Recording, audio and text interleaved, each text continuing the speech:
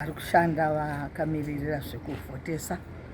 Vandasvika ndagamuchiwa zvakanaka kubva pane vanga vari panze ndichibvunzisisa zvandachida kuziva ndasingazive. Vakandiasista semunhuwo wakaremara kudai, vakandipawo pekugara pakanaka. Ndikapinda mukati kune vanga vachivhotesa vacho, ndikasvika zvese zvandandichavabvunza zvandasinganzwisisi vanga vachinditaurira. Aita nyore atiseva zvakanaka. Endero badza amai Magunda kwandakaroorwa ndiri mugare wemuno muGlenora muward 27. Ndane makore ati wandei ndichivhota.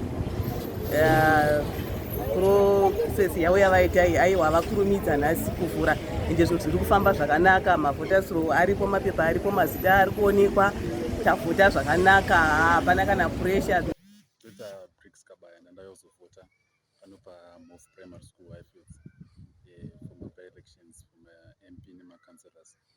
Zvinambotora nguva, ndasvika maybe by 9 o'clock. Within 5 minutes ndinongotsvaka zita rangu pavoters roll nariwana. Polling station B, we've got registered voters 906. So far we've registered 131 people. Voters have voted, 66 of them female, 65 of them male. We've turned away 16 due to reasons of which included, among others, being late registration, late voter transfers, as well as not having valid IDs.